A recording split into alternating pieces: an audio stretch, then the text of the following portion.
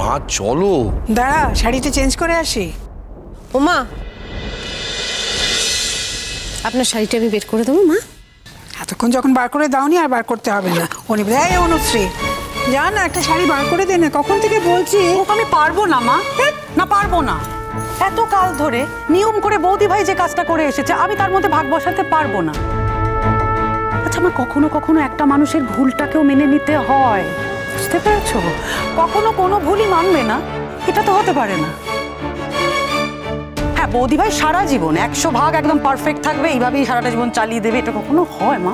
এমনিতে ভুলে গেলে কিছু বলতাম না, ওদের মনই নেই, সংসার কোনো মনই নেই, সবকিছুই করছে, সংসারটা ঠিক করে করতে পারছে না। সংসার ঠিক করে করছে না মানে আপনি কি বলতে চাইছেন? হ্যাঁ, কিছুই বলতে চাইছি না। কি বলতে চাইছেন আপনি? এই ধরনের কথা না, কোনো শিক্ষিত মানুষ এই ধরনের কথা বলেন? আপনি তো খুব বড়াই করেন যে আপনারা এত শিক্ষিত, আপনারা এত ভালো, আপনারা এত নমনীয়, তাহলে এই ধরনের কথা আমাকে বলেন কেন?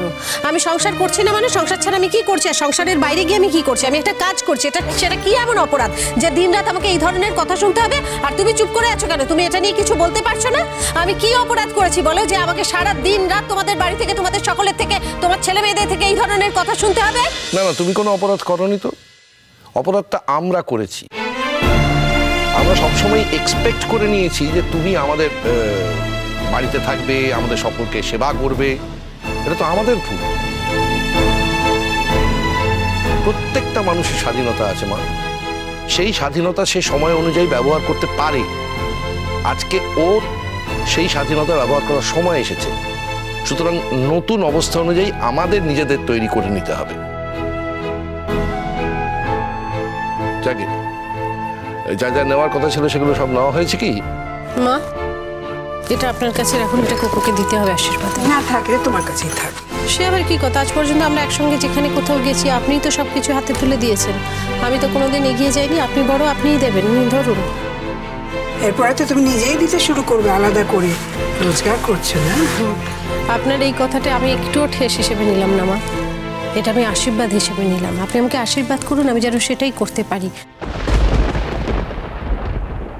আমি যেন নিজের রোজগারে সবাইকে সবকিছু দিতে পারি, তাহলে সব থেকে বেশি শান্তি আমি পাবো।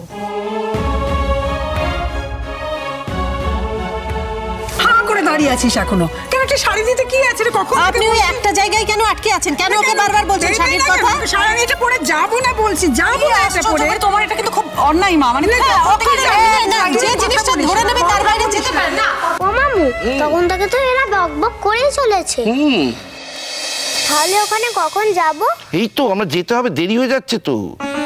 দেরি করে গেলে মেয়ে বলবে আমাকে তো আর আশীর্বাদ করতে হবে না। কখন কি হবে? ফাঁকা বুড়িটা। শোন, এরা যদি না যায় না, আমরা দুজনে চলে যাব, ঠিক আছে? জল থই থই ভালোবাসা, সোম থেকে রবি প্রতিদিন রাত 9টায় স্টার জলসায় ও ডিজনি প্লাস হটস্টারে।